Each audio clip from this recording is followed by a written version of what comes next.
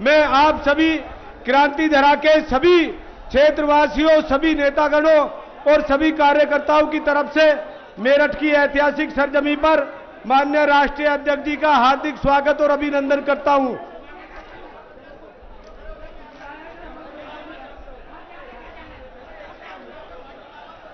कृपया सभी से गुजारिश है, सब अपनी कुर्सियों पर बैठ जाएं। कृपया मेरी हाथ जोड़कर सभी से प्रार्थना है, ये आपका अपना प्रोग्राम है, आपके अपने नेता हैं, सभी शांति बनाए रखें और सभी अपना स्थान ग्रहण कर लें। मैं मंचासीन सभी नेताओं से कहना चाहता हूं कि वो व्यवस्था बनाए रखें और कृपया अपना स्थान ग्रहण कर लें। सभी नेता अपना स्थान ग्रहण कर लें।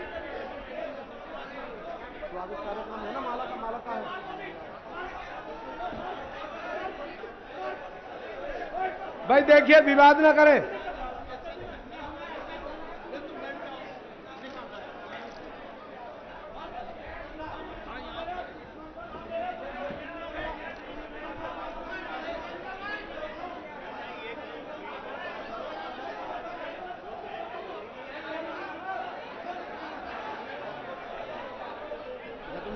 मैं सभी से कहना चाहता हूं कि अपने प्रिय नेता का उत्साहवर्धन करने के लिए कृपया जोर से नारा लगाएं, अखिलेश यादव, अखिलेश यादव, समाजवादी पार्टी, इंडिया गठबंधन।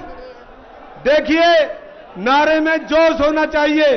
तुमसे हाथ जोड़ के विनती कर रहा हूं, एक लास्ट नारा लगाइए दोनों हाथ उठा के, जो ये जर्रा जर्रा गूंज उठे और सारे मेरठ जनपद को पता चल जाए कि समाजवादी पार्टी कार्यकर्ता कितने जानदार हैं। अखिलेश यादव, अखिलेश यादव।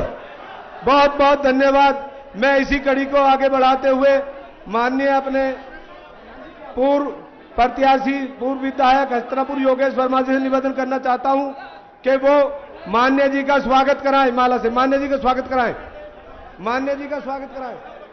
भैया मंचासीन सभी नेतागण कृपया बैठ जाएं, शांति व्यवस्था बनाए रखें।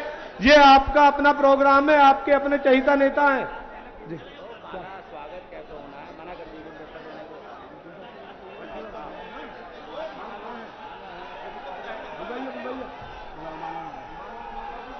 धन्यवाद साथियों, जोरदार नारों के साथ अखिलेश यादव, अखिलेश यादव, समाजवादी पार्टी, इंडिया गठबंधन।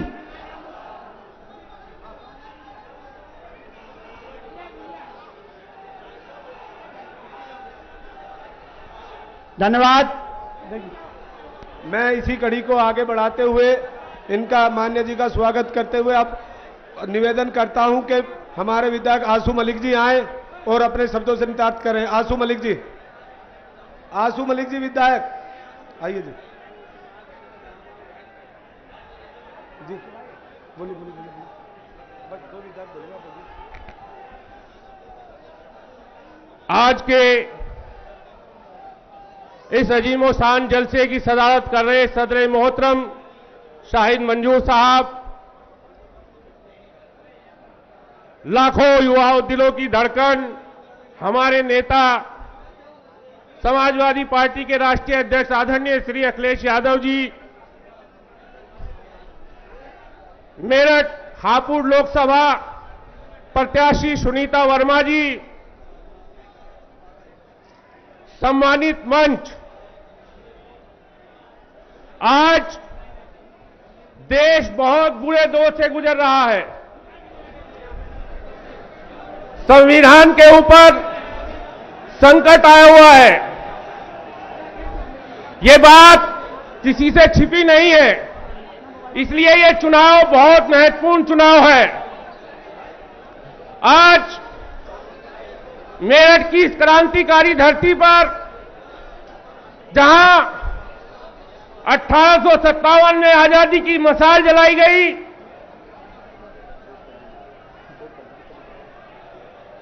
उस धरती पर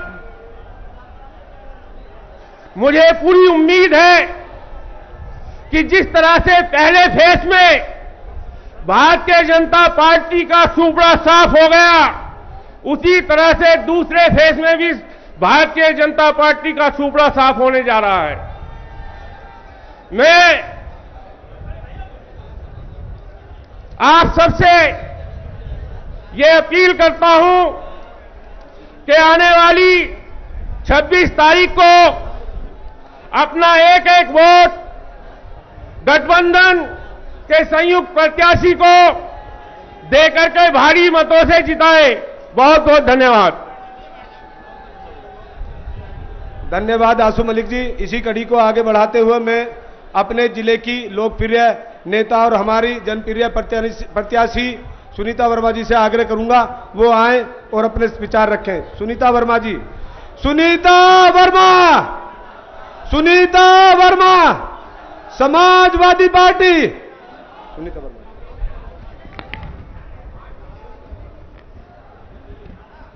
सबसे पहले मैं बाबा साहब के चरणों में नमन करती हूं और सभी महापुरुषों के चरणों में नमन करती हूं। यहां पे आए हुए माननीय अखिलेश यादव जी, मैं उनका दिल से धन्यवाद करती हूं और यहां पे सम्मानित मंच, मैं उनका भी दिल से धन्यवाद करती हूं। मेरी सभी भाइयों से अपील है कि 26 तारीख का चुनाव है, सभी को साइकिल के सामने वाला बटन दबाना है और अपने अधिकारों को पाना है। आपकी एक एक वोट आपकी साइकिल के निशान पर डलेगी तो हमारे माननीय अखिलेश यादव जी का मान ऊपर जाएगा और उनके सांसद यहां से जीत के जाएंगे। मैं सभी भाइयों से कहूंगी कि उस अपराध का बदला लेने का समय आ गया है। जो आप लोगों के ऊपर अत्याचार हुए हैं उन सब का हमें हिसाब लेना है। आज माननीय अखिलेश यादव जी आपके बीच में हैं। एक जर्नल सीट पे एक एससी की बेटी को जो टिकट देके उन्होंने इतना महान काम किया, मैं उनका बहुत आभार व्यक्त करती हूं। और इस टिकट के बदले आपको यहां से इस एहसान का बदला उतारने के लिए आपको यहां से सुनीता वर्मा को जिताना है और साइकिल के सामने वाला बटन दबाना है। मेरी सभी भाइयों से अपील है कि 26 तारीख भूल न जाना और एक एक वोट साइकिल के सामने वाला दबाना। जय भीम, जय भारत, जय समाजवाद। धन्यवाद भावी सांसद जी। उन्होंने बड़े ही सूक्ष्म शब्दों में अपने विचार रखे और उम्मीद करता हूं कि उस सांसद की डगर प्रस्त करेंगी। मैं इसी कड़ी को आगे बढ़ाते हुए कृपया शांत हो जाए, एक घोषणा करना चाहता हूं कि आज हमारे राष्ट्रीय अध्यक्ष अखिलेश यादव जी की नीतियों से प्रभावित होकर हमारे कुछ वरिष्ठ नेतागण लोकदल छोड़कर और हमारी समाजवादी पार्टी ज्वाइन कर रहे हैं, जिनकी मैं मंच से घोषणा कर रहा हूं, जो फिर बाद में उनका फोटो सेशन होगा। श्री नदीम चौहान जी, पूर्व विधानसभा प्रत्याशी सिवाल खास बसपा। श्री मेराज चौहान जी, पूर्व चेयरमैन सिवाल खास। श्री आज मोहम्मद जी, पूर्व चेयरमैन प्रत्याशी खिवाई। श्री सोनू रमनक, पूर्व प्रधान खिवाई। श्री बाबूदीन जी, वर्तमान सभासद। श्री सद्दाम चौहान जी, वर्तमान सभासद। श्री गुलजार अलवी जी, वर्तमान सभासद। श्री नफीस कुरैशी जी, वर्तमान सभासद। श्री मेराजुद्दीन जी, सभासद। श्री खान मोहम्मद जी, वर्तमान सभासद। श्री साबिर अली जी, सभासद। और श्री कृष्णपाल गुजर, श्री हरिचंद गुजर जी और श्री अजब सिंह कसाबिया जी। मैं इन सभी का अपने समाजवादी परिवार में हार्दिक स्वागत और अभिनंदन करता हूं और उम्मीद करता हूं कि समाजवादी परिवार को नीतियों को आगे बढ़ाने का काम करेंगे। बहुत बहुत स्वागत है। और इसी कड़ी को आगे बढ़ाते हुए मैं अपने योगेश वर्मा जी, पूर्व विधायक हस्तिनापुर, प्रत्याशी पति मेरठ लोकसभा, हापुड़ लोकसभा को उनसे कहता हूं अपने विचार रखें। सबसे पहले मैं बाबा साहब भीमराव अंबेडकर जी के चरणों में नमन करता हूं और तमाम महापुरुषों के चरणों में नमन करता हूं, लोहिया जी के चरणों में नमन करता हूं, चौधरी चरण सिंह जी के भी चरणों में नमन करता हूं, तमाम महापुरुषों के चरणों में नमन। मंच पर बैठे हमारी पार्टी के राष्ट्रीय अध्यक्ष पूर्व मुख्यमंत्री, करोड़ों करोड़ों दिलों की धड़कन माननीय श्री अखिलेश यादव जी और अध्यक्षता कर रहे शाहिद मंजूर साहब, मंच पर बैठे रफीक अंसारी साहब विधायक जी,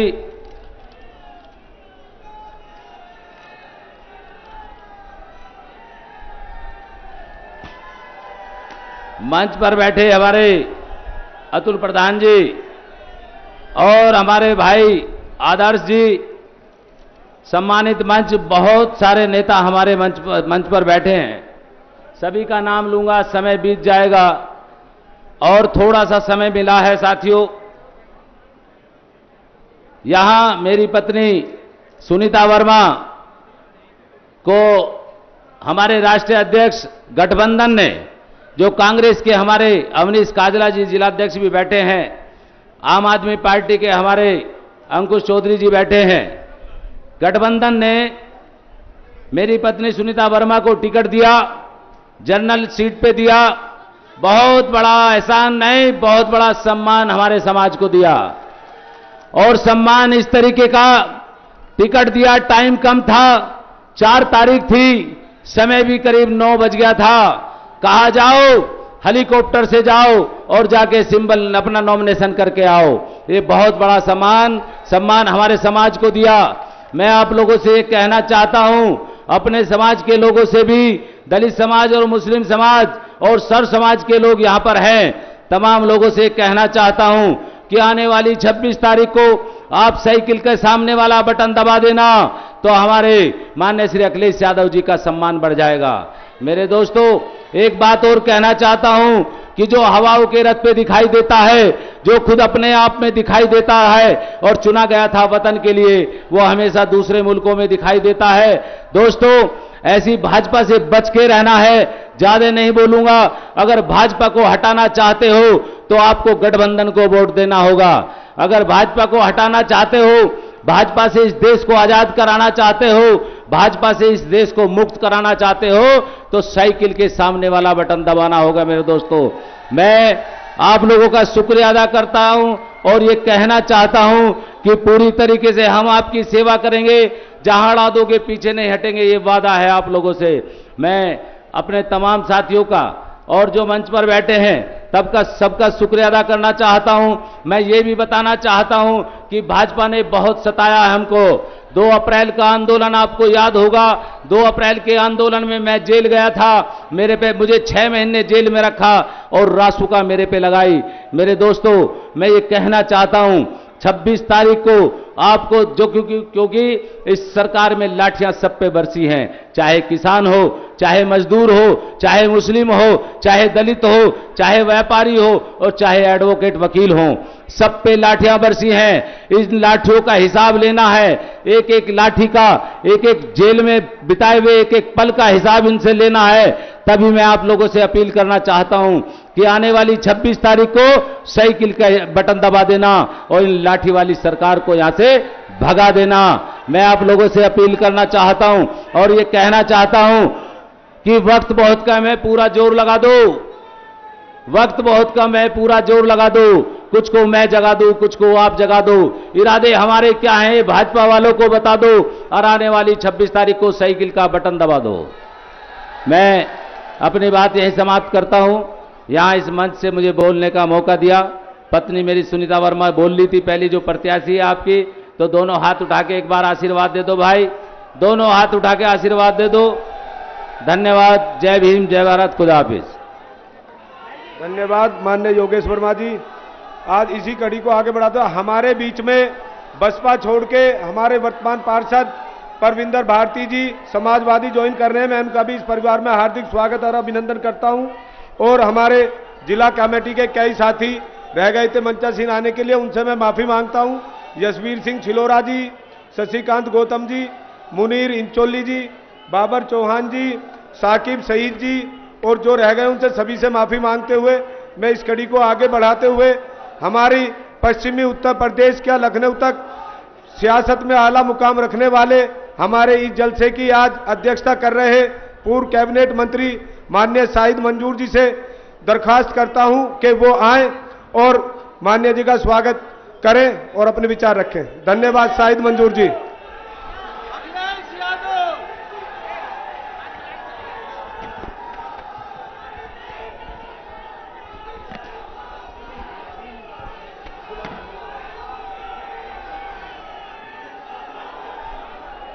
समाजवादी पार्टी की कैंडिडेट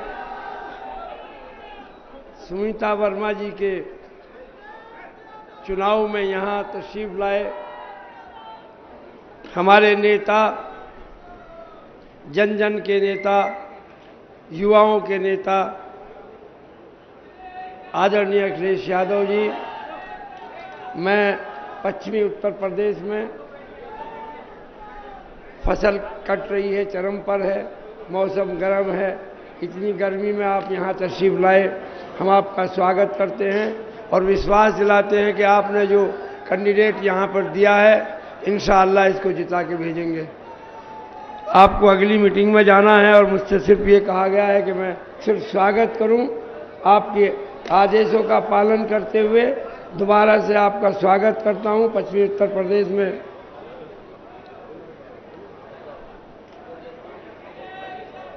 उत्तर प्रदेश में आपका स्वागत है और पहले चरण का जो चुनाव हुआ थे उस चुनाव के लिए आप मुबारकबाद के मुस्तहिक हैं।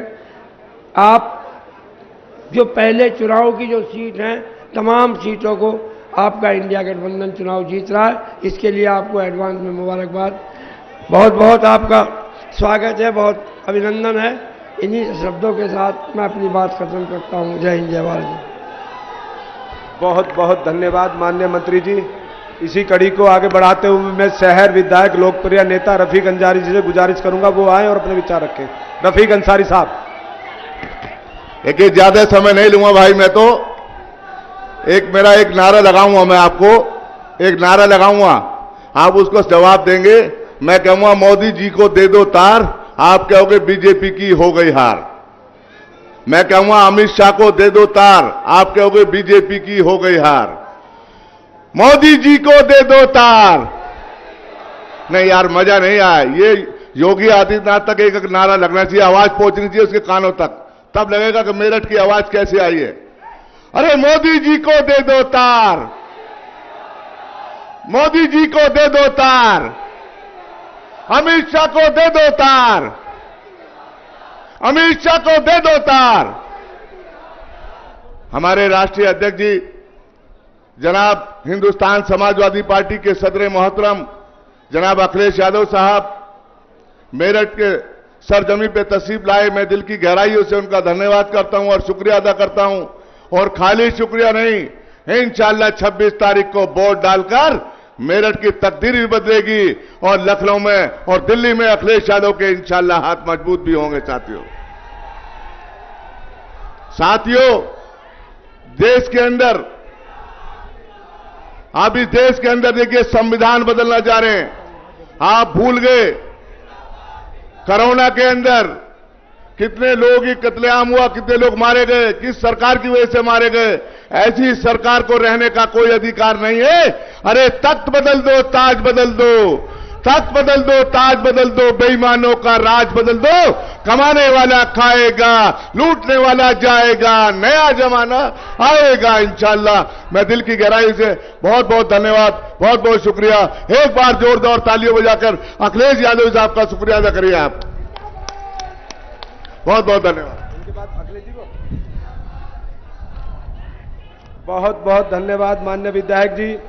इसी कड़ी को मैं आगे बढ़ाते हुए खत्म हुआ वो इंतजार जिसका हम और आप लोग इंतजार कर रहे हैं। अपने जनप्रिय महबूब नेता माननीय अखिलेश यादव जी को सुनने के लिए हम लोग यहाँ पे खड़े हुए हैं। लेकिन मेरठ की इस क्रांतिकारी धरा से मैं कहना चाहता हूं कि एक इतना जुनून तो दिखा दो कि कम से कम अखिलेश यादव जी कहें हम कुछ खाते पीते भी हैं। एक नारा ऐसा तो लगा दो कि जुनून पैदा कर दे। अखिलेश यादव, अखिलेश यादव। बहुत बहुत धन्यवाद। मैं अपने महबूब नेता से अतुल प्रधान जी से गुजारिश करूंगा कि वो आए और धन्यवाद करें। मैं धन्यवाद करूंगा माननीय राष्ट्रीय अध्यक्ष जी का, जिन्होंने 1 मिनट धन्यवाद के लिए दिया।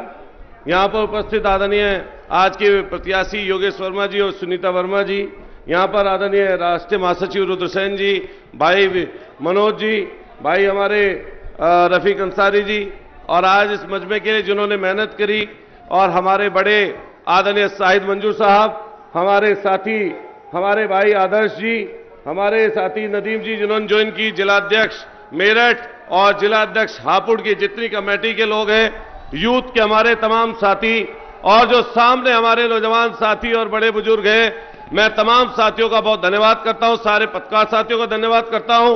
अभी जो पहले चरण का चुनाव हुआ है उसमें गठबंधन और समाजवादी पार्टी सबसे आगे है, और मैं समझता हूं 8 में से 8 सीट समाजवादी पार्टी जीतने जा रही है, गठबंधन जीतने जा रहा है। और इस चरण के लिए भी हम सब लोग इकट्ठा हो और 26 तारीख को एक एक वोट मेरठ और हापुड़ में साइकिल के निशान पर डालने का काम करें।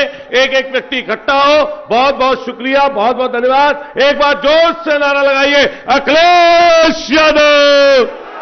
दोनों हाथ उठा के अखिलेश यादव। धन्यवाद।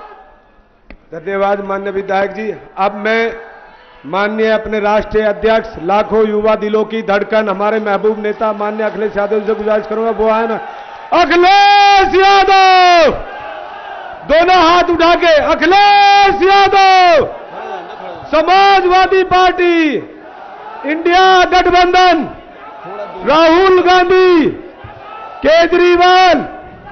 धन्यवाद माननीय राष्ट्रीय अध्यक्ष जी। ठीक है, थोड़ा सा दूर हो जाना, थोड़ा सा जगह बना लेना।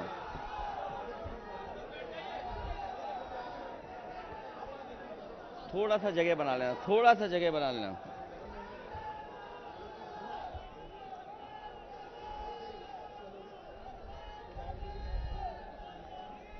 समाजवादी पार्टी के, हमारी पार्टी के अध्यक्ष, महानगर के अध्यक्ष चौधरी आदिल,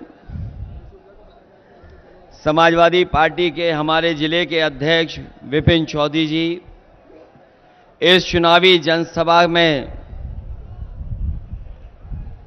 और इस सभा की अध्यक्षता कर रहे शाहिद मंजूर साहब, पार्टी के विधायक हमारे रफीक अंसारी जी, विधायक अतुल प्रधान जी, कांग्रेस पार्टी के जिला अध्यक्ष अवनीश काजला जी, आप पार्टी के जिला अध्यक्ष अंकुश चौधरी जी, जाहिद अंसारी जी, अंकित गिरी जी, बबलू प्रधान, प्रदीप कसाना जी, राकेश यादव, ओमपाल गुजर जी, रुद्रसेन जी, आदरणीय रुद्रसेन जी, मुखिया गुजर जी, विधायक आशु मलिक, पूर्व विधायक मनोज गुजर जी, राजपाल सिंह जी, पार्टी के पुराने अध्यक्ष अब्बास, इसरार सैफी, हमारी पार्टी में शामिल हुए दिल्ली के अधिवक्ता भानु प्रताप सिंह जी, शकील सईसा, अब्बास भाई, और पार्टी की जब सरकार थी उसमें मंत्री अयूब अंसारी जी, और बहुत सारे नेता हैं मैं जिनका नाम नहीं ले पा रहा हूं। सभी हमारे समाजवादी पार्टी के जिम्मेदार नेता जो मंच पर हैं, और मैं देख रहा हूं बहुत सारे जिम्मेदार कार्यकर्ता नेता मुझे चुनावी जनसभा में दिखाई दे रहे हैं। सभी हमारे कार्यकर्ता साथी, आदरणीय बुजुर्ग, माताएं बहनें, नौजवान साथी, पत्रकार बंधुओं, मैं सबसे पहले इस गर्मी में जहां ये चुनाव जनसभा हो रही है, आसपास न कोई कॉलोनी दिखाई दे रही है, न कोई ऐसा बड़ा गांव दिखाई दे रहा है, उसके बावजूद भी आप इतनी बड़ी संख्या में आए हैं। मैं आप सबका बहुत बहुत धन्यवाद और आभार प्रकट करना चाहता हूं। मैं आप सबसे अपील करने आया हूं, मैं आप सबसे निवेदन करने आया हूं कि समाजवादी पार्टी और इंडिया गठबंधन की प्रत्याशी श्रीमती सुनीता वर्मा जी को अपना ऐतिहासिक वोट देकर के जिता करके उन्हें लोकसभा में भेजने का काम करना।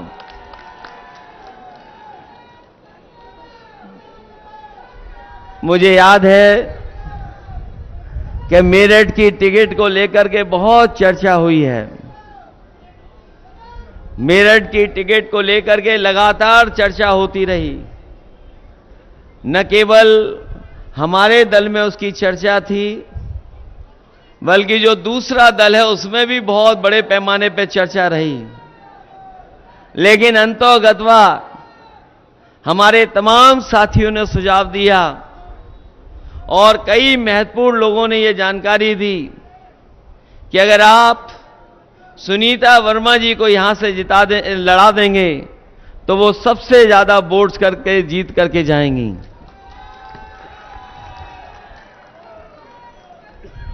योगेश वर्मा जी, सुनीता वर्मा, इनके परिचय किए और इनका परिचय नहीं होना है, सब आप लोग जानते हैं। इनके बारे में आप सब लोग परिचित हैं और जिस तरह की लड़ाई इस बार छिड़ी हुई है उसके बारे में भी आपको जानकारी होगी। मैं जब हवाएं तेज चलती हुई देख रहा था, मैं देख रहा था ये गुब्बारा नीचे तक आ जा रहा था। ये ऐसी पश्चिम की हवा चली है कि पश्चिम की हवा ने सब पलट दिया। बताओ ये पलटने वाली हवा थी कि नहीं थी पहले चरण की? और जो लोग दूसरी दल की फिल्म को, उनकी फिल्म के शो को फ्लॉप शो बोल रहे थे, बताओ पहली दिन ही पहले शो में भारतीय जनता पार्टी की फिल्म फ्लॉप हो गई कि नहीं हो गई? फ्लॉप। न केवल उनकी फिल्म फ्लॉप हुई है, अब उनकी कोई घिसी पिटी कहानी सुनना नहीं चाहता है, न कोई उनके डायलॉग सुनना चाहता है, न उन्हें कोई वोट देना चाहता है। ये माहौल बन गया कि नहीं बना है? और मेरठ की धरती तो क्रांतिकारियों की धरती रही है। यहां के लोगों ने आजादी दिलाने का काम किया है। आजादी का आंदोलन जब जब चला, यहां के लोगों ने अपनी भूमिका निभाई और भागीदारी देकर के हमारे देश को आजादी दिलाने में यहां के लोगों की महत्वपूर्ण भूमिका रही है। जो धरती आजादी दिला रही हो, बताओ बीजेपी से आजादी दिलाओगे कि नहीं दिलाओगे? आप लोग बीजेपी से आजादी चाहते हैं कि नहीं चाहते हैं आप लोग? और बीजेपी के लोग 10 साल बाद आए हैं। इनके 10 साल का हिसाब किताब अगर हम पूरे 10 साल के कार्यकाल का हिसाब किताब लगाएं तो हमारे किसान भाई जानते होंगे सबसे ज्यादा दुखी और तकलीफ में वही लोग रहे। उनको सबसे ज्यादा संकट में डालने का काम किया इन्होंने। यहां के लोग बड़े पैमाने पर किसान आंदोलन को मजबूत बनाने के लिए दिल्ली जाकर के आंदोलन को मजबूत बनाए। अगर उन्हें संघर्ष करना पड़ा होगा, संघर्ष किया। और जिस समय बीजेपी के लोगों ने 3 काले कानून लागू किए थे, उस समय यहां के और खासकर पश्चिम के किसानों ने जाकर के धरना दिया था दिल्ली में। यहां के किसान, यहां का नौजवान अगर निकलना चाहता था धरने के लिए तो उनके ट्रैक्टरों को पकड़ लेती थी पुलिस। ट्रैक्टर में डीजल नहीं भरने देती थी। लेकिन यहां का किसान, उत्तर प्रदेश का किसान और देश का किसान उससे घबराया नहीं। वो लड़ता रहा, सालों साल बैठा रहा। 1000 किसान शहीद हो गए, लेकिन किसानों ने आंदोलन को नहीं छोड़ा और अंतर्गतवा सरकार को 3 काले कानून वापस लेने पड़ गए। 3 काले कानून वापस हो गए। आज भी किसान आंदोलन कर रहा है। वो अपनी एमएसपी की मांग कर रहा है कि एमएसपी को लेकर के कानूनी अधिकार मिले किसानों को। लेकिन ये सरकार अभी भी सुन नहीं रही है। हम अपने किसान भाइयों को कहना चाहते हैं, समाजवादी पार्टी और इंडिया गठबंधन जिस समय जीतेगा तो हमारे किसानों को एमएसपी का अधिकार देकर के उनको खुशहाल बनाने का काम होगा। जो लोग कहते हैं कि गरीबी नहीं मिटेगी, हम उनसे कहना चाहते हैं कि जिस समय हमारा किसान खुशहाल हो जाएगा, गरीबी अपने आप मिटना शुरू हो जाएगी। गरीब खुशहाल होगा, किसान खुशहाल होगा तो गरीबी भी मिट जाएगी। जिस सरकार ने किसान को धोखा दिया हो और नौजवान जिसकी सरकार में परेशान रहा हो, वो सरकार बचेगी कैसे? हमारे नौजवानों को याद होगा, ये नौजवान पढ़ लिख करके, मेहनत करके, कोचिंग कर करके परीक्षा की तैयारी करते हैं। जब भी सरकार ने परीक्षा लिखाई और परीक्षा की तारीख दी, लेकिन जैसे ही परीक्षा हुई पेपर लीक हो गया। इस सरकार में कोई एक पेपर लीक नहीं हुआ है। जितनी भी परीक्षाएं सरकार ने कराई, सबके पेपर लीक हुए हैं। लगभग 10 परीक्षाओं के पेपर लीक हो चुके हैं। और जब आखिरी में अभी पुलिस भर्ती की परीक्षा हुई थी, बड़े पैमाने पे नौजवान निकल करके परीक्षा दे करके आए थे। लाखों लाख पूरे उत्तर प्रदेश में परीक्षा देने गए थे, लेकिन इस सरकार ने जानबूझ करके परीक्षा का पेपर लीक करा दिया। हमारे नौजवान सड़कों पे आ गए। मैं उन दिनों जहां भी गया, नौजवान परीक्षा रद्द कराना चाहते थे। परीक्षा रद्द हो उसके लिए निकल पड़े थे। सरकार को स्वीकार करना पड़ा और परीक्षा रद्द हो गई। मैंने कई बार गणित बताया और मैं फिर बताता हूं मेरठ में, और यहां पर बताना इसलिए जरूरी है कि यहां तो प्रधानमंत्री भी आए हैं और योगी जी और जो मुख्यमंत्री जी इतने घबराए हुए हैं मेरठ से कि मेरठ को छोड़ने का नाम ही नहीं ले रहे हैं। हमें सुनने में आया है कि कई बार आ चुके हैं, इतने घबराए हुए हैं समाजवादी पार्टी की प्रत्याशी से, सुनीता वर्मा से इतने घबराए हुए हैं कि बार बार मेरठ आ रहे हैं। हम उनसे कहना चाहते हैं कि जो 60 लाख का हिसाब है, अगर वो आपको समझ में आ जाएगा तो उत्तर प्रदेश भी आपको छोड़ना पड़ेगा। 60 लाख बच्चे परीक्षा नहीं दे पाए, जिनका भविष्य अंधकार में डाल दिया सरकार ने। और अगर उनके मां बाप को भी जोड़ दें तो एक परिवार के 3 सदस्य, अगर 3 का गुणा कर दें हम 60 लाख में, तो 1 करोड़ 80 लाख बनता है। और यही 1 करोड़ 80 लाख अगर हम 80 लोकसभा से भाग दे दें तो हर लोकसभा में भारतीय जनता पार्टी का 2,25,000 वोट कम हुआ है। तो सोच लीजिए, जब किसान और नौजवान इनके खिलाफ खड़ा हो तो भारतीय जनता पार्टी का सफाया होगा कि नहीं होगा सफाया। जहां ये परीक्षा जानबूझ करके लीक करा रहे हैं, इसलिए लीक कर रहे हैं क्योंकि नौकरी न देनी पड़ जाए।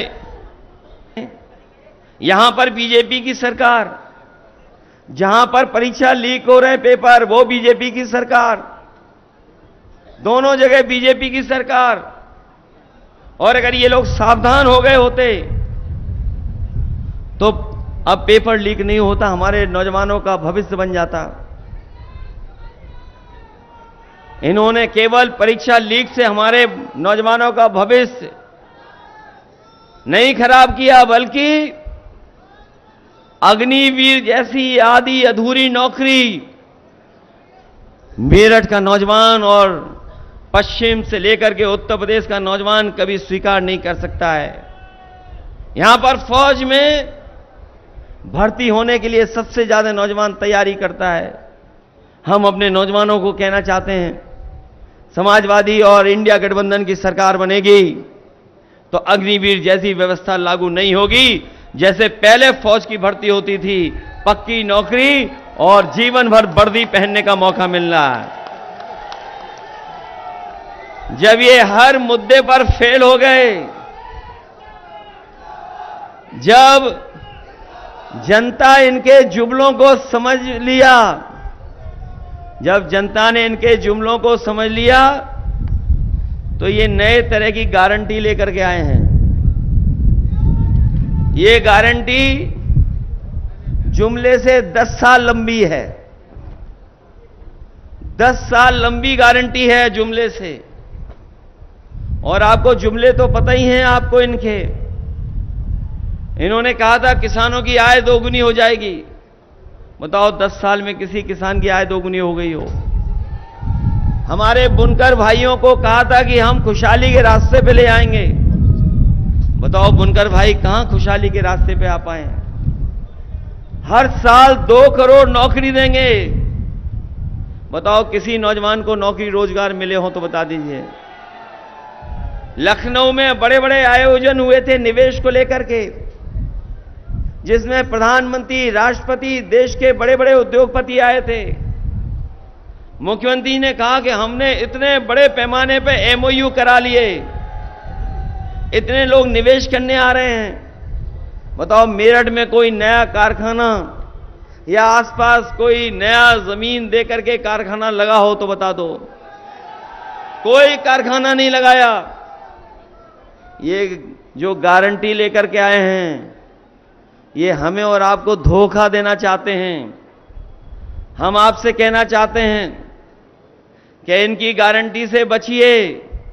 ये वो लोग हैं जो कोरोना को तालियों थाली से भगाना चाहते थे। ये इनकी गारंटी नहीं है, ये घंटी है। ये गारंटी नहीं है, ये घंटी है जो बजाने के लिए दी है।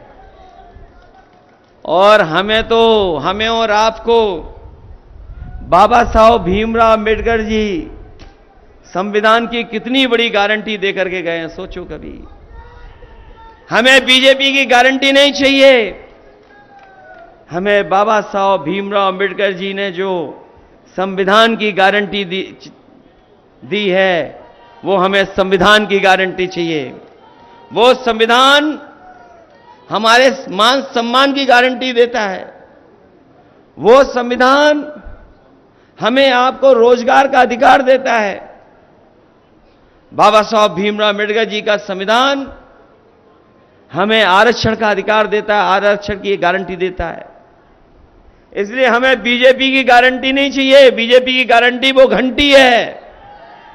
हमें बाबा साहब भीमराव अंबेडकर जी का संविधान की गारंटी चाहिए। इसलिए सावधान होकर के संविधान बचाने का भी ये चुनाव है। जहां हम आपसे कह रहे हैं लोकतंत्र बचाना है, वहीं ये संविधान बचाने का भी चुनाव है। जो लोग दूसरों को भ्रष्टाचारी कहते हैं, माफिया कहते हैं, अपराधी कहते हैं, हम उनसे कहना चाहते हैं आज देश में सबसे बड़ी गोदाम भ्रष्टाचारियों की, माफियाओं की, अपराधी की कोई बनी है तो भारतीय जनता पार्टी की गोदाम बनी है। भारतीय जनता पार्टी की गोदाम में देश के सब भ्रष्टाचारी हैं, सब माफिया उत्तर प्रदेश के वहीं पहुंच गए हैं।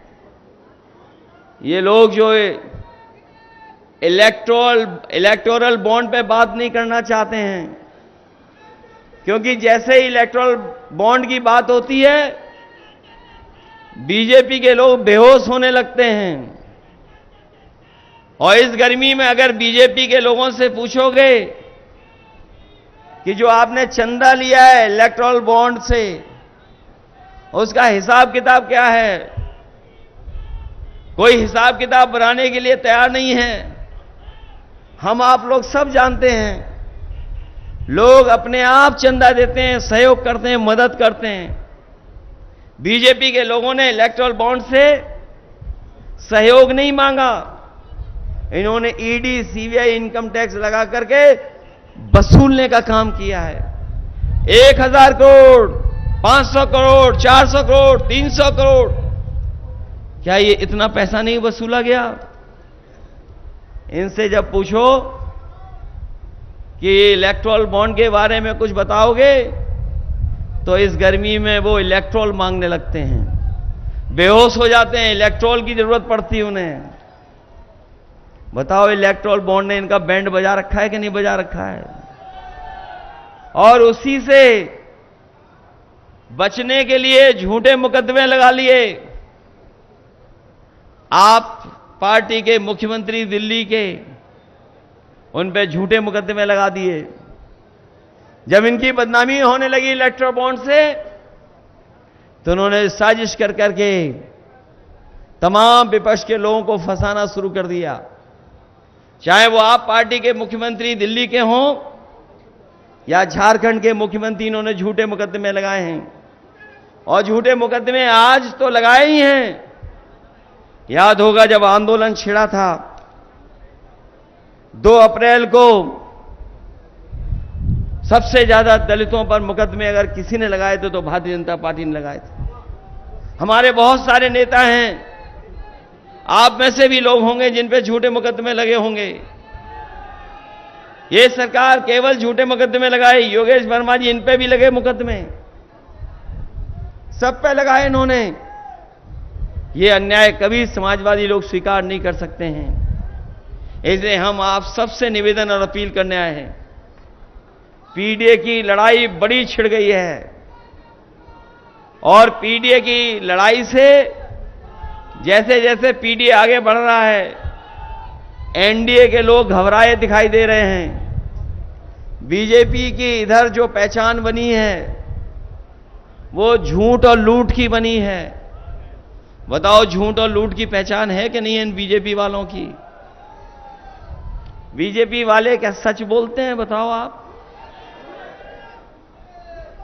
सबसे ज्यादा झूठ बोलने वाली पार्टी अगर कोई है तो भारतीय जनता पार्टी। बताओ, उससे बचाओगे कि नहीं बचाओगे?